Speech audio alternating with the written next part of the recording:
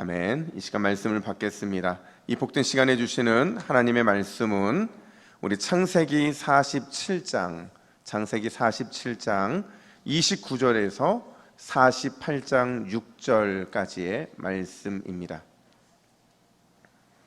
구약성경 76면입니다. 76면 창세기 47장 29절에서 48장 6절까지의 말씀, 해질 무렵 화창한 하늘이라는 제목으로 오늘 말씀을 받겠습니다.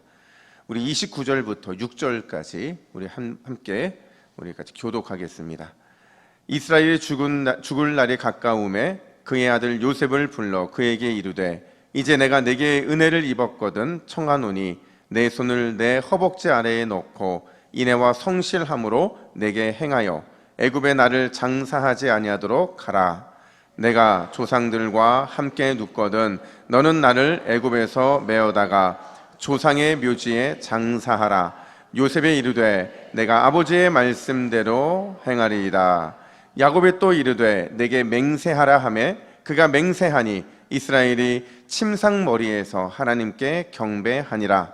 이 일 후에 어떤 사람이 요셉에게 말하기를 내 아버지가 병들었다 하므로 그가 곧 두 아들 므낫세와 에브라임과 함께 이르니 어떤 사람이 야곱에게 말하되 내 아들 요셉이 내게 왔다 하매 이스라엘이 힘을 내어 침상에 앉아 요셉에게 이르되 이전에 가나안 땅 루스에서 전능하신 하나님이 내게 나타나사 복을 주시며 내게 이르시되 내가 너로 생육하고 번성하게 하여 내게서 많은 백성이 나게 하고 내가 이 땅을 내 후손에게 주어 영원한 소유가 되게 하리라 하셨느니라. 내가 애굽에서 와서 내게 이르기 전에 애굽에서 내가 낳은 두 아들 에브라임과 므낫세는 내 것이라. 르우벤과 시몬처럼 내 것이 될 것이요. 함께 읽습니다. 이들 후에 내 소생은 내 것이 될 것이며 그들의 유산은 그들의 형의 이름으로 함께 받으리라. 아멘. 할렐루야. 우리 옆에 분들에게 이렇게 인사하겠습니다. 주님 같은 분 없습니다. 주님 같은 분 없습니다. 여러분 다시 한번 말씀을 드리지만 여러분 믿음의 선포를 할 때는 감정과 마음이 다 담겨져 있어야 되는데 여러분 영혼이 어디 가셨어요? 다시 한번 인사할 때에 진짜 주님 같은 분 없습니다. 이렇게 인사하겠습니다. 와, 사투리가 나오니까 정감이 좀 있네요. 여러분 우리 주님 같은 분 없는 줄로 믿습니다. 어떤 부자가 있었어요. 이 부자에게는 늘 이 불만이 하나가 있는데 불만이 뭐냐면 사람들이 자꾸 자기를 안 좋게 평판을 내리는 거예요. 사람들이 이 부자를 향해 뭐라고 말했냐면 야, 저놈은 구두쇠다. 자꾸 이렇게 말을 하는 겁니다. 그러니까 이게 너무 듣기 싫으니까 어떻게 하면 구두쇠에서 탈피할 수 있을까를 고민하고 또 고민하다가 이제 이런 선포를 하는 거예요. 어떤 선포를 하냐면 제가 죽으면 저의 전 재산을 반드시 사회에 환원하겠습니다. 그러니까 자선 사업으로 해서 자기의 모든 것들을 다 내놓겠다는 거죠. 이렇게 말을 했으니 이제 사람들의 평판이 바뀔 거라고 기대를 합니다.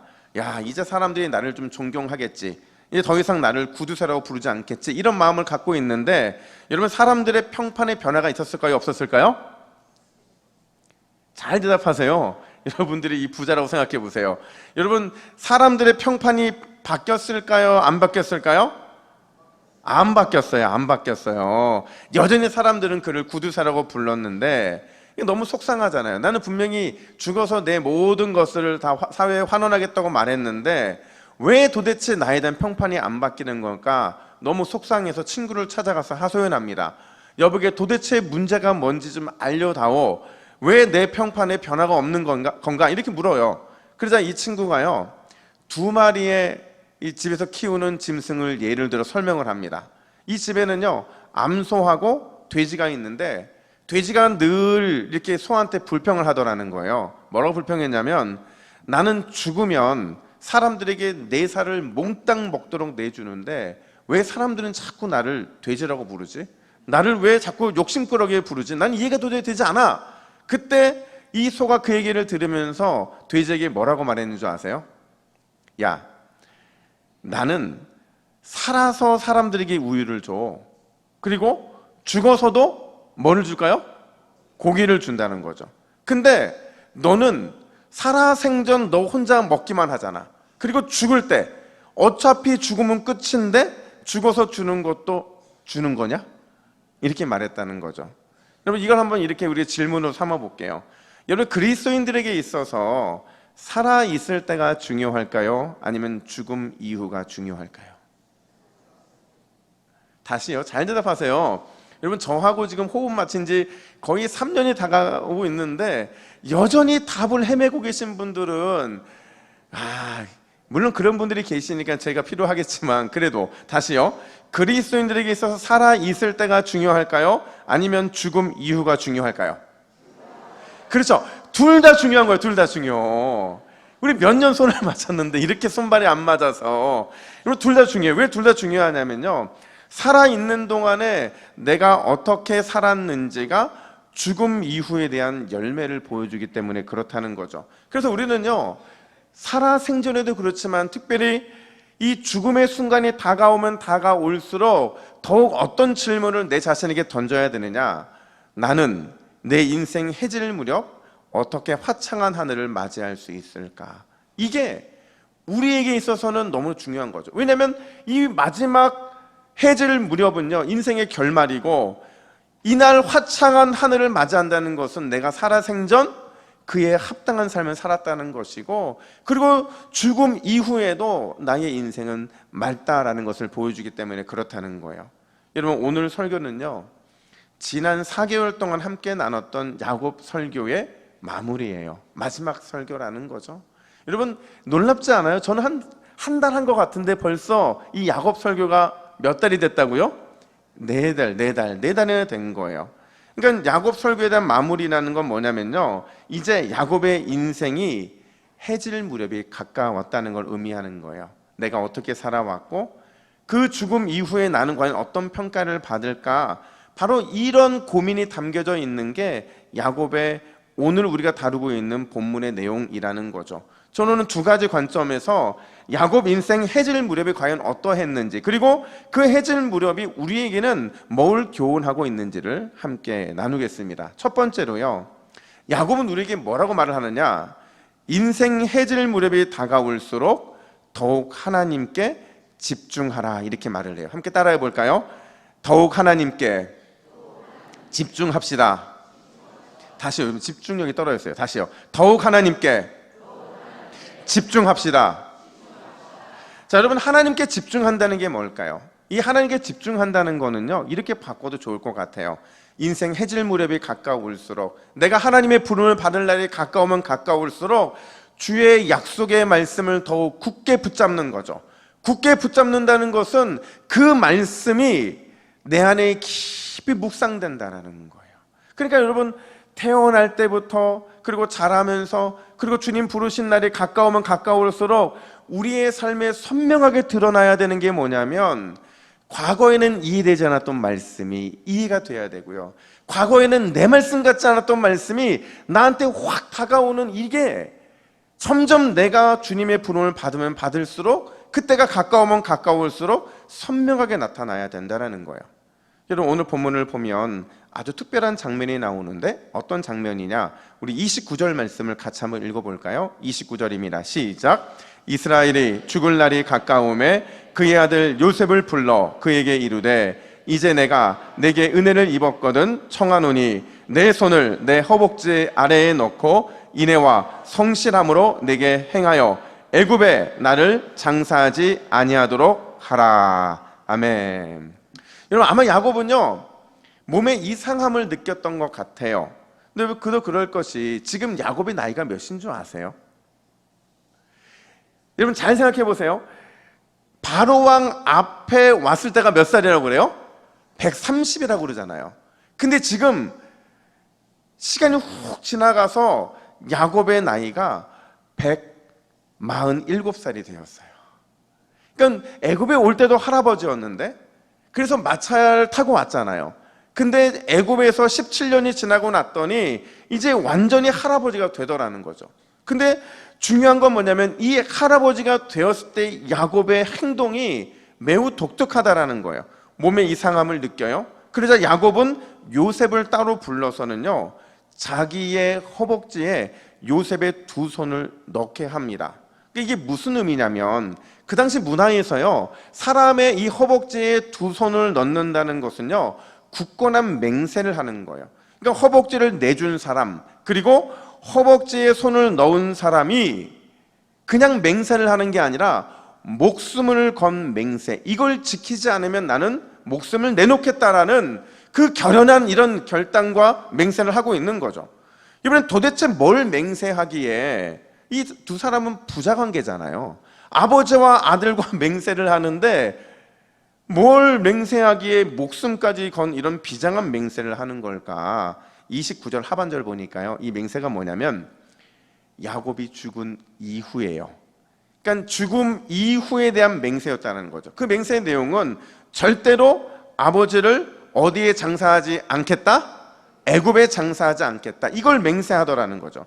근데 여러분, 저는 되게 실망스러웠어요. 왜냐하면 허벅지에 손을 놓고 맹세를 했으면 이게 목숨을 건 아주 중요한 맹세잖아요. 이 비정한 맹세를 하는데 그 맹세의 내용이 뭐냐면 그냥 애굽에 나를 장사하지 말라는 거예요. 저 같으면 이런 맹세를 할 정도면 어떤 유언을 남겨야 되냐면, 나를 대신해서 내 원수, 철천지 원수, 나에게 상처 주고 아픔 준 그 원수를 네가 좀 갚아달라고 말을 하든지, 아니면 내가 이루지 못한 정말 중요한 꿈이 있는데 그 꿈을 좀 네가 좀 이루어졌으면 좋겠다라고 말하든지, 아니면 요셉에게만, 다른 형들에게는 줄 수 없는 요셉에게만 주는 특별한 유산을 넘겨주든지, 뭐 이런 대단한 것이 있어야 되는데 그런 대단한 게 아니라 고작 뭐였다고요? 애굽에 나를 장사하지 말아달라, 이런 유언을 남기더라는 거죠. 도대체 야곱은 왜 이런 하찮은 유언을 남기고 있는 걸까? 왜 죽음 이후의 일, 죽으면 이미 다 끝인데 죽음 이후의 일을 목숨을 걸 정도의 비장함으로 언약을 맺고 또 유언을 하고 있느냐 하는 거죠. 여러분, 오늘 본문에는요, 그 이유가 이렇다고 설명을 합니다. 우리 30절 말씀을 같이 한번 읽어볼까요? 시작. 내가 조상들과 함께 눕거든 너는 나를 애굽에서 메어다가 조상의 묘지에 장사하라. 아멘. 여러분, 야곱은요 분명하고 확신하게 말해요. 뭐라고 말하냐면, 나를 어디에 장사해달라고요? 조상의 묘지에 장사해달라 말을 해요. 여러분, 조상의 묘지라는 게 뭘까요? 조상의 묘지라는 건요, 믿음의 조상이 묻힌 땅, 하나님의 약속을 받은 사람들이 묻힌 땅을 의미하는 거예요. 그의 조상이라는 것은 첫 번째 약속을 받았던 할아버지 아브라함이죠. 그리고 아버지 이삭이죠. 그들이 묻힌 그 땅이 어디예요? 가나안 땅이잖아요.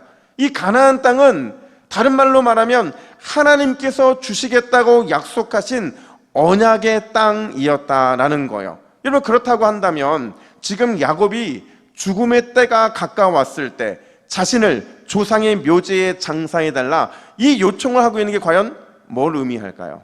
이게 뭘 의미하는 거예요? 쉽게 말하면요, 지금 야곱은요, 야곱의 믿음은요, 하나님을 향해서 간절함으로 서 있는 겁니다.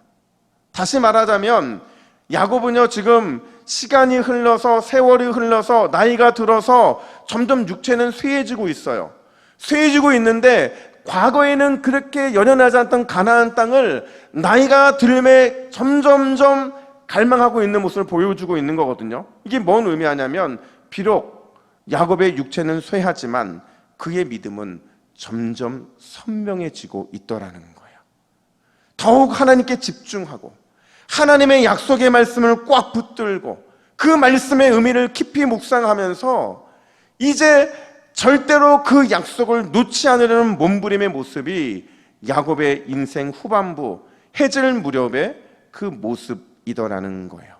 여러분, 저는 우리가 이 야곱의 말년, 이 해질 무렵에 다가오는 인생 속에서 배워야 하는 게 바로 이거라고 생각해요. 야곱이 그랬던 것처럼 여러분, 우리의 인생의 마지막 순간 우리가 끝까지 붙들어야 하는 것은 하나님의 영원한 약속의 말씀인 줄로 믿습니다. 이 약속을 붙잡는다는 게요, 여러분 얼마나 중요한 줄 아세요? 제가 목회를 하면서 목회 현장에서 많은 사람들을 만나잖아요. 근데 저는 늘 안타까울 때가 언제냐면 이 인생의 해질녘을 준비하면서 이 질병에 걸리신 분들 참 마음이 아파요. 이 질병에 걸려서 병원에 한 달 있고 2달 있고 1년 있고 이런 시간들을 지나다 보면요, 내 안에 하나님의 언약의 말씀을 붙잡는 그 힘이 약화돼요.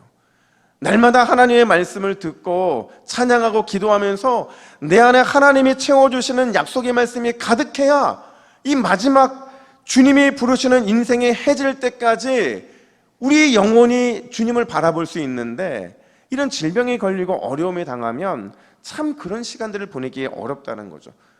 이뿐만 아니라 상황이 녹록하지 않으면, 그러면 또 하나님이 주시는 이 인생 해질녘의 이 놀라운 하나님의 은혜를 붙잡지 못하는 경우도 많이 있더라는 거죠. 근데 여러분, 우리에게 중요한 건 뭐냐면요, 내가 어떤 상황에 있든지 어떤 형편인지 상관없이 우리의 인생 마지막 순간 끝까지 붙잡아야 되는 것은 살아계신 하나님의 영원한 약속의 말씀인 줄로 믿습니다. 왜냐하면 그게 우리를 살리거든요. 그게 우리를 하나님께만 내 생각을 집중시키고 내 마음을 집중시켜요. 이걸 한마디로 말하면, 비록 나는 육신이 쇠하고 상황은 녹록하지 않아도 영적인 총명을 잃어버리지 않게 되거든요. 여러분, 우리가 이 영적인 총명을 잃어버리잖아요. 믿는 자의 품격을 잃어버리는 겁니다. 주의 말씀에 살아서 나를 꼭 붙들지 않으면, 그게 우리의 인생의 마지막 순간이 되지 않으면 우리 인생이 그렇게 믿는 자의 품격을 잃어버릴 수밖에 없다는 거예요. 물론 우리는 육체적으로 분명히 쇠잔해져요. 몸이 마음대로 움직여지지 않죠.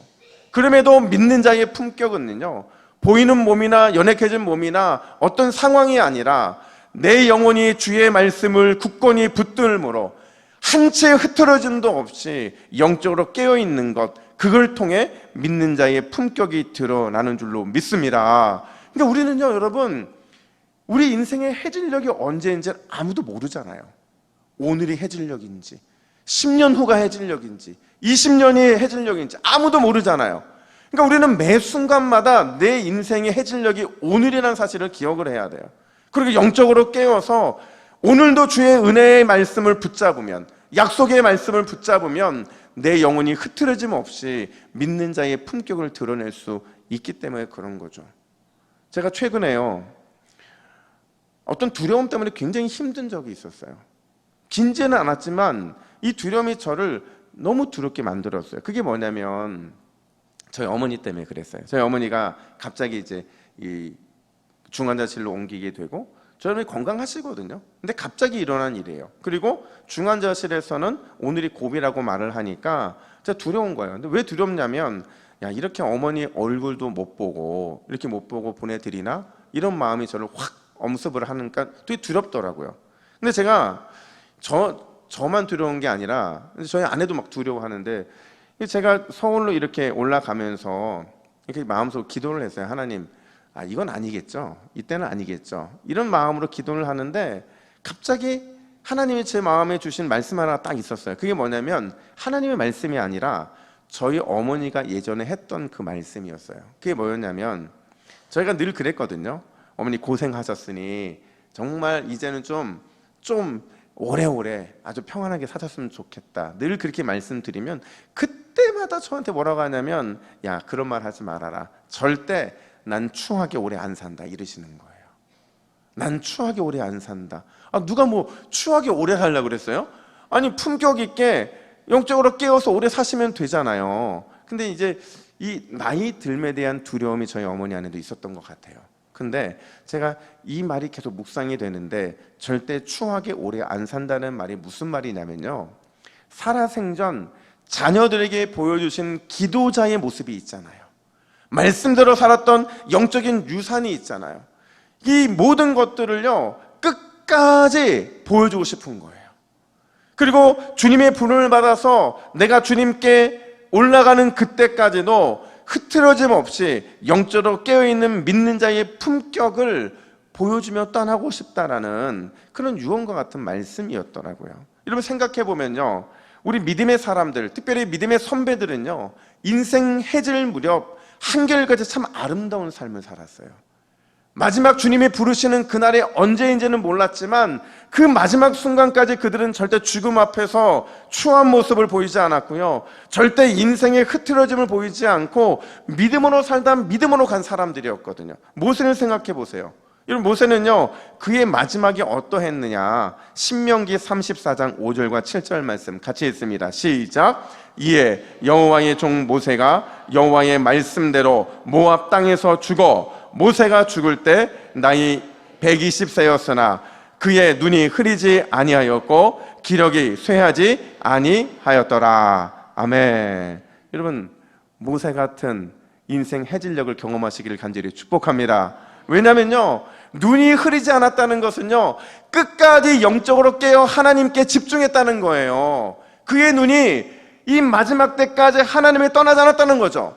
기력이 쇠하지 않았다는 것은 그가 믿는 자의 영적 품격을 지닌 멋진 인생 결말이었다라는 것을 보여주고 있는 거예요.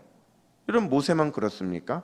모세의 뒤를 이은 여호수아, 위대한 왕 다윗, 주 앞에 신실하게 쓰임받은 엘리야, 그리고 특별히 그 고통스러운 대속의 십자가를 지신 예수님, 그리고 그의 길을 따라가는 제자들 역시도 죽음 앞에서 끝까지 하나님만 집중하고 영적인 품격을 지켰다는 사실을 우리는 기억해야 된다는 거죠.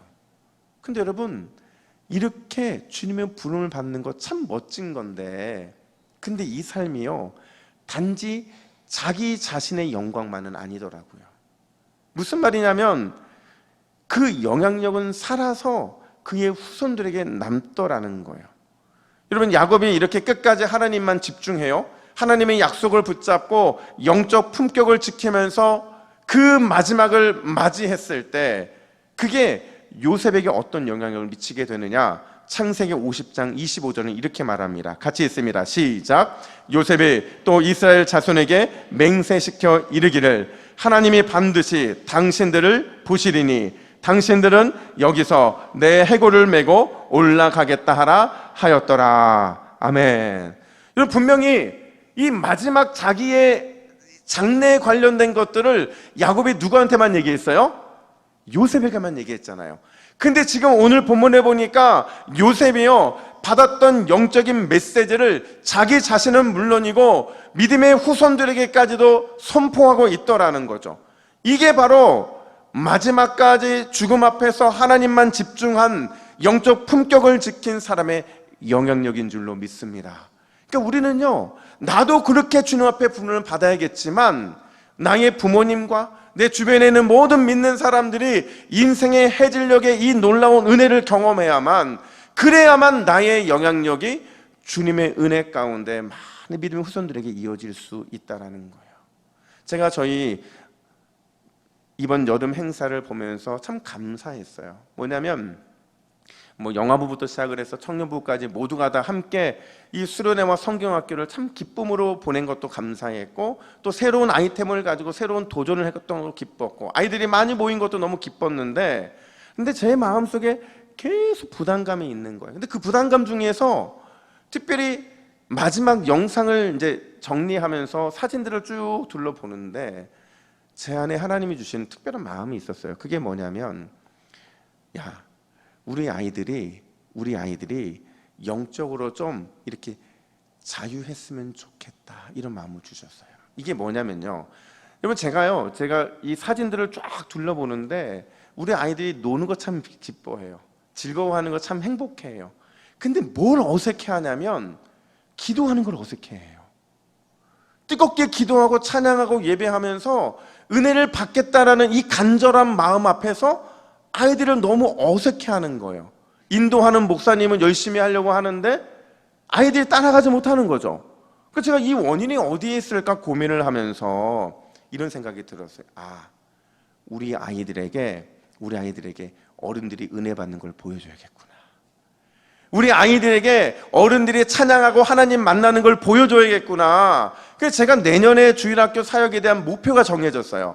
우리 아이들이 이제는 누가 보더라도 어른들이 보더라도 또 하나님이 보시더라도 마음껏 하나님을 찬양하고 하나님께 기도할 수 있는 영적인 자유함을 좀 키워줘야겠구나, 이런 생각이 들더라고요. 여러분, 우리 성도의 삶은요, 예수님을 믿는 그 순간부터 죽음을 준비하는 삶인 줄로 믿습니다. 단순히 죽음을 준비하는 게 아니고요, 우리가 가야 될 본향 천국을 바라보면서 우리가 살아온 인생에 대한 아름다운 영적인 발자국을 남기는 것, 그게 바로 하나님이 우리를 성도로 부르신 이유라는 거예요.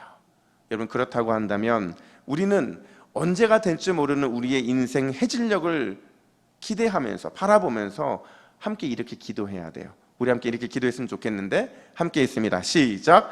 주님, 나의 삶이 믿음의 유산을 남기는 삶 되게 하옵소서. 끝으로 갈수록 중심을 잃고 추해지는 인생이 아니라 더욱 하나님께 집중하며 믿음 행적을 남기는 인생 되게 하옵소서. 할렐루야. 여러분, 이게 저와 여러분들이 동부교회에서 남겨야 될 믿음의 흔적인 줄로 믿습니다. 이 기도로 나아갈 때 주님께서 우리를 통해서 믿음의 엄청난 유산을 우리 교회에 남겨두게 될 줄로 믿습니다. 뿐만 아니라 두 번째로 야고보는요, 우리에게 그날이 다가올수록, 그날이 점점 다가올수록 믿음의 눈을 더 높이 들어야 한다, 이렇게 말을 해요. 한번 따라해 볼까요? 믿음의 눈을 더 높이 듭시다. 여러분, 믿음의 눈을 더 높이 든다는 게 뭐겠어요? 우리가 이만큼 하나님을 바라봤다고 한다면, 그리고 내일은 좀 더 하나님을 더 바라봤다고 한다면 날마다 하나님을 바라보는 그 높이가 높아져야 된다는 거죠. 왜 그래야 되는지를 오늘 설명해 주는데, 여러분, 두 사람의 만남 이후에 야곱이 더 노쇠해져요.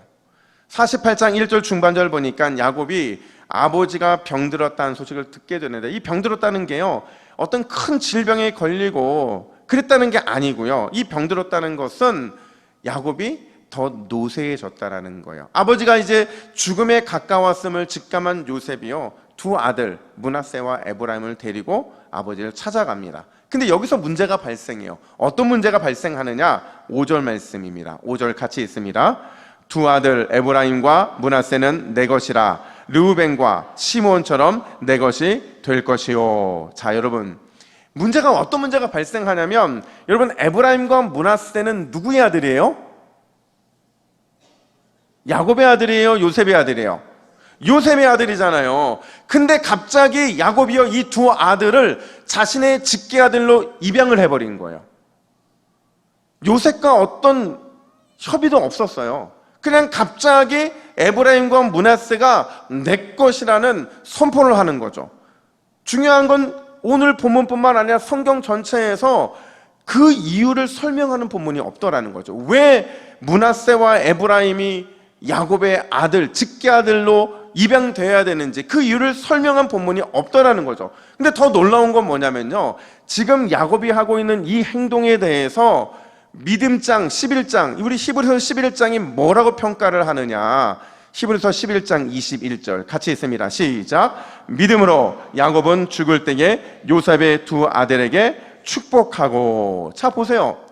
야곱이 죽기 전에 요셉의 두 아들 에브라임과 므낫세를 입양한 것, 축복한 것, 그것이 무엇 때문에 일어난 일이라고 말을 해요? 믿음으로. 믿음에 근거한 일이라고 말을 하고 있는 거죠. 도대체 왜 야곱은 갑자기 두 손자를 직계 아들로 받아들이는 것이고, 왜 히브리서 기자는 이 행동을 믿음에서 비롯된 일이라고 평가하는 걸까? 여러분, 결론적으로 말씀을 드리면요, 아까 기억나세요? 야곱은 점점 인생의 해질녘이 다가오면 다가올수록 자신의 눈을 어디를 바라봤다고요? 하나님을 바라봤다는 거죠.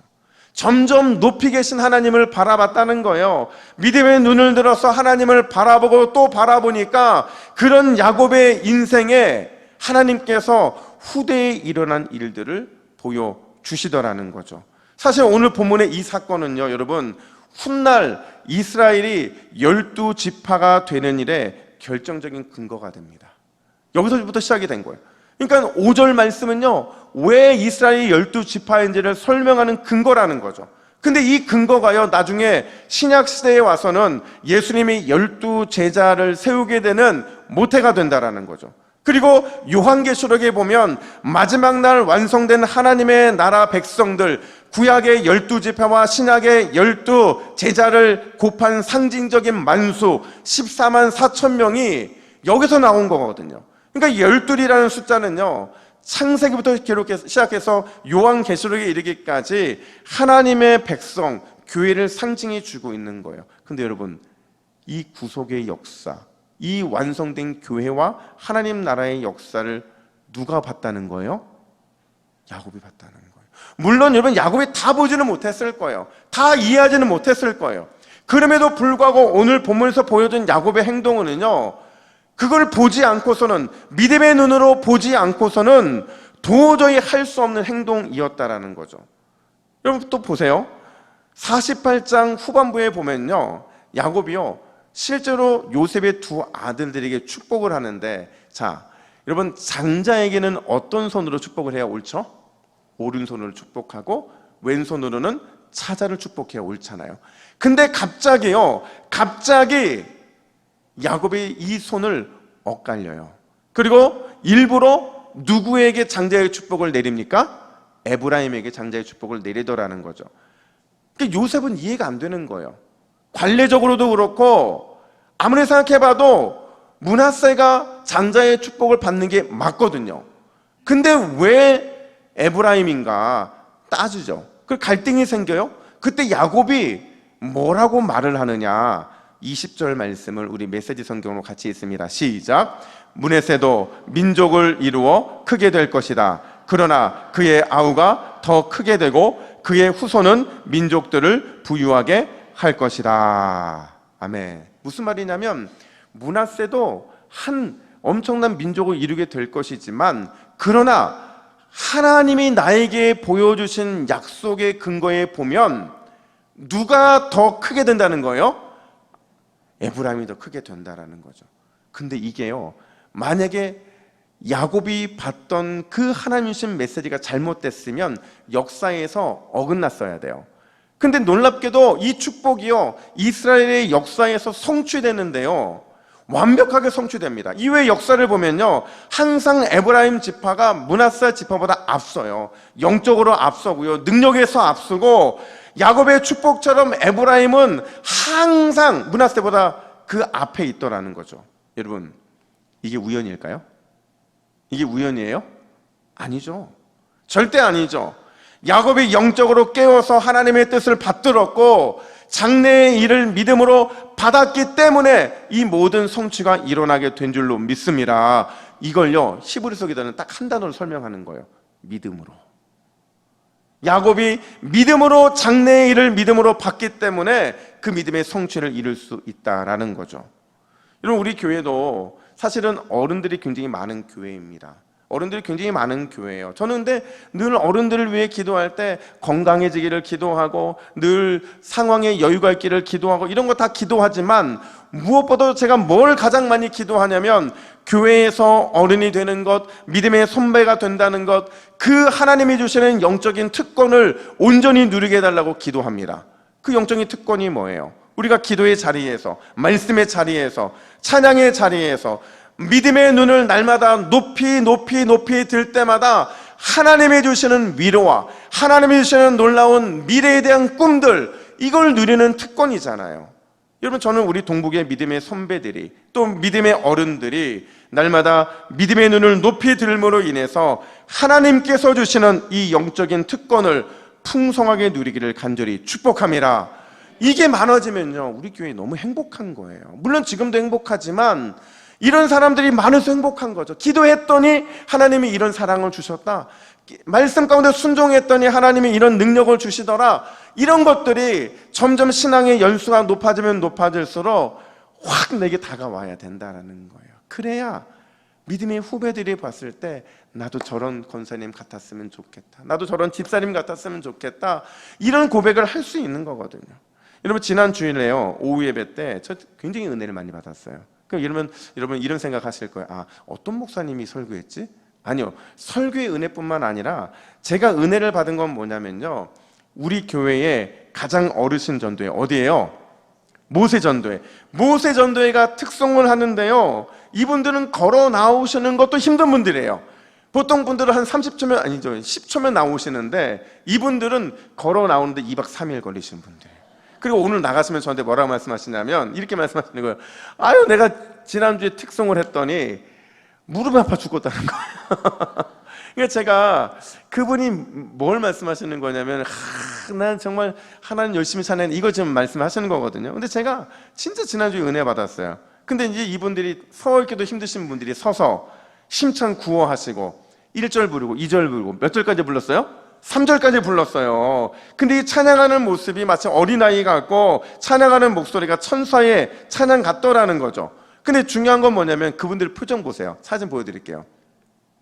보세요. 제가 유튜브 캡처를 딱 했는데 누가 모세 전도인지 모르겠어요. 뒤에 계신 분들이 모세인지 앞에 계신 모세인지 너무 아름답게 찬양하는 모습이 너무 좋았어요. 근데 손에 보이는 거 보이세요? 이걸 만드셔가지고 구호 3번 하셨는데 뭐 구호 3번 하셨는지 기억나세요?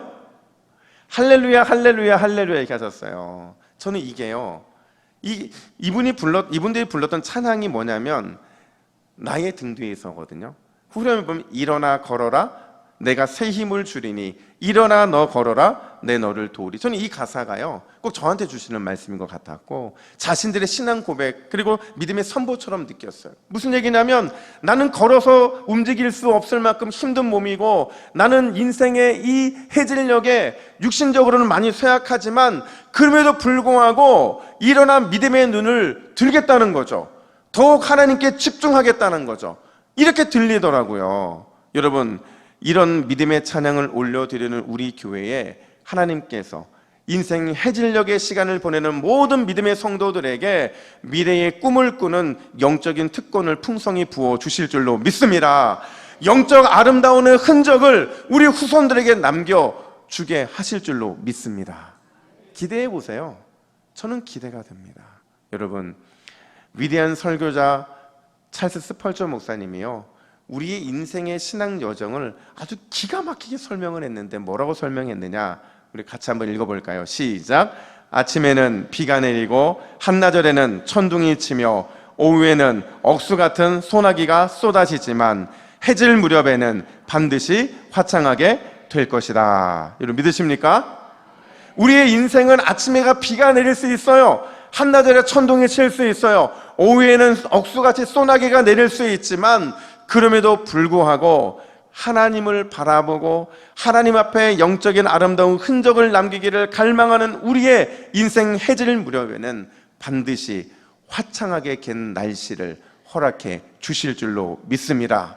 이 승리의 메시지를 야곱의 이 해질 무렵에서 발견하고 우리도 동일한 은혜를 사모하며 살아가시기를 예수님의 이름으로 축복합니다. 아멘. 기도하겠습니다. 하나님 아버지, 스펄전이 고백했던 것처럼 우리 인생에는 비도 천둥도 소나기도 있지만 그러나 반드시 인생 해질 무렵에는 화창한 은혜에 베풀어 주실 줄로 믿습니다.